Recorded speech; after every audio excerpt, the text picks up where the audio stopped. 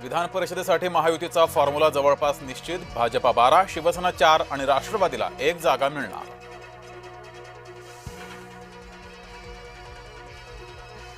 भाजपानं नगरसेवकांना 5 लाख देऊन पळवलं, विजय वडेट्टीवारांचा आरोप। व्हीप झुगारून गेलेल्या नगरसेवकांवर कारवाईचाही इशारा। हिंदूंवरील अन्याय आणि अत्याचार खपवून घेणार नाही, बिर्याणी खाणाऱ्या पोलिसांवर कारवाई करू। नेरळमधील विराट हिंदू संमेलनात नितेश राणेंचा इशारा। अर्थव्यवस्थेत भारताची उत्तम प्रगती, पंतप्रधान मोदींनी देशाचा भक्कम पाया रचला।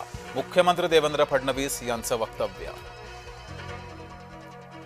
नीट पेपर लीक प्रकरणी सर्वोच्च न्यायालयाचे केंद्र आणि एनटीएला नोटीस। माजी न्यायाधीशांच्या देखरेखीखाली एसआयटी मार्फत तपास करण्याचेही निर्देश।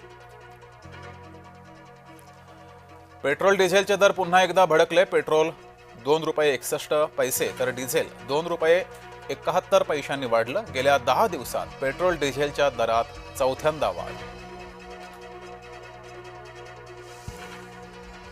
पुण्यात मंगळवार रात्रीपासून 14 दिवसांसाठी जमावबंदी आदेश। जमावबंदी काळात आंदोलनं, मोर्चा, सभांना बंदी। विशाळगडावरील बेकायदा उरसाला परवानगी नाकारावी। हिंदी एकता आंदोलनाच्या कार्यकर्त्यांची प्रशासनाकडे मागणी। रायगडच्या आंबेनळी घाटात जीप कोसळली, अपघातात 8 प्रवाशांचा मृत्यू। पादचाऱ्यांसाठी कोस्टल रोडच्या भुयारी मार्गावर बसवणार छत। पदपथ, सायकल ट्रॅक आणि परिसर अधिक सुशोभित करणार।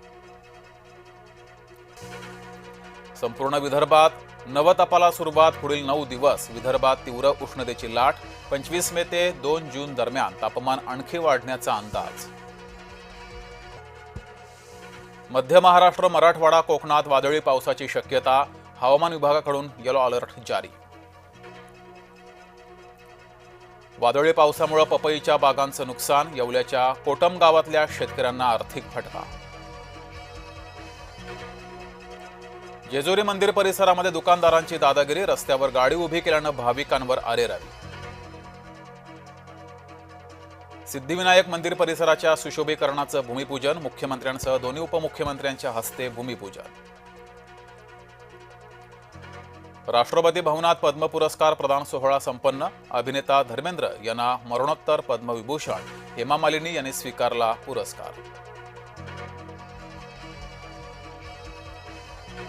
जम्मूच्या गुलमर्गमध्ये केबल कार हवेत अडकली। 200 पर्यटक अडकले, बचाव कार्य सुरू।